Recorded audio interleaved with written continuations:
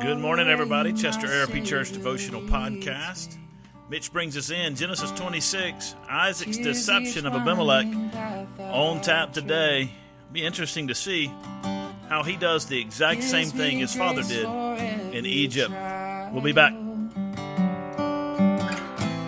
Feeds me with the living bread. All right, as I said in the intro, Isaac does the exact same thing his father Abraham did. When Abraham went to Egypt, Isaac does the same thing when he's in the land of the Philistines. Verse 7 of Genesis 26 says this: when the men of the place ask about his wife, that's when they ask about Rebekah, Isaac's wife, he said, "She is my sister." For he was afraid to say my wife, thinking, "The men of the place will kill me on account of Rebekah, for she is a beautiful woman."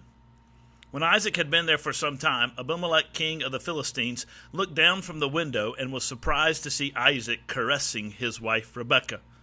Abimelech sent for Isaac and said, "So she is really your wife?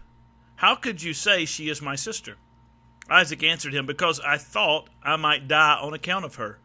Then Abimelech said, "What have you done to us? One of the men could have easily have slept with your wife, and you would have brought guilt upon us all." So Abimelech warned all the people, "Whoever harms this man or his wife will certainly be put to death." Now, this is a remarkable story. I said yesterday that God told Isaac not to go to Egypt the way that his father Abraham had. I also said yesterday, if you were with us, you know that Isaac faces the same trial in the land of Canaan that Abraham had. Abraham had a famine, went to Egypt. Abraham in Egypt told Pharaoh that Sarah, his wife, was his sister. Failed to tell the whole truth. God says specifically to Isaac, go to Philistia. So he goes east instead of south. And when you go to Philistia, I want you, or he goes west instead of south. When you go to Philistia, I want you to stay there, and I want you to be faithful. And so he goes to Philistia after leaving Canaan because of the famine. He has an interaction with Abimelech. Abimelech says, "You can stay here, that's fine." And so Isaac does. But then Isaac gets afraid because his wife Rebekah is a beautiful woman. Same thing that happens with his dad. Sarah was a beautiful woman. And so he told everybody in Philistia that Rebekah was his sister. Then one day, Abimelech, the king of the Philistines, sees Isaac, we're told, caressing his wife, most likely having a relationship, having an encounter, an intimate encounter with his wife. And he sends word and he says, "Hey, listen, what's the deal here?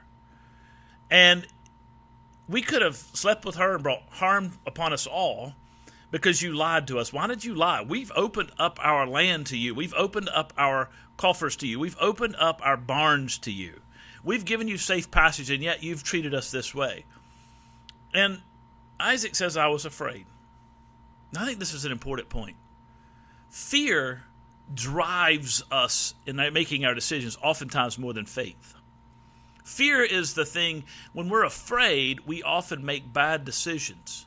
We're afraid of losing our lives. We're afraid of losing what we've worked for. We're afraid of losing the country that we once knew. We're afraid of changing cultures. We're afraid of losing the prominence in the world we live in. We're afraid of a declining church. We're afraid of, and you insert whatever it is in there. We're afraid of losing safety for this land.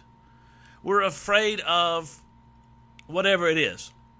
And we make decisions and we take actions out of fear that oftentimes are contrary to the will of God for our lives. We see it here with Isaac, and it put everybody else around him in a bad spot. It put them in danger. We saw it with Abraham.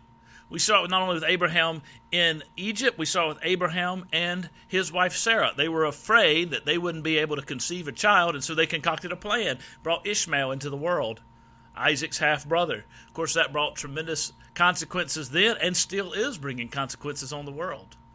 We saw it with Esau. He was afraid he wasn't going to get another meal. He was afraid he was going to die out of starvation, so he sells his birthright to his brother Jacob. Fear drives us.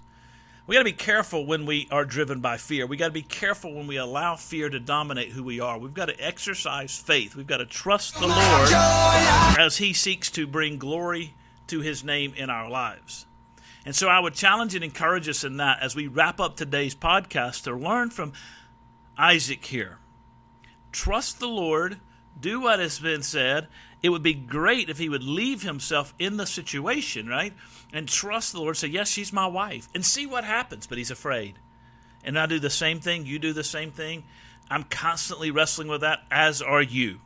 And so let's begin to start figuring out how we can think through how we can evaluate our lives and walk by faith as we trust the Lord. You guys take care. God bless you. I'll see you tomorrow. Mitch takes us home. You carry me close to your heart.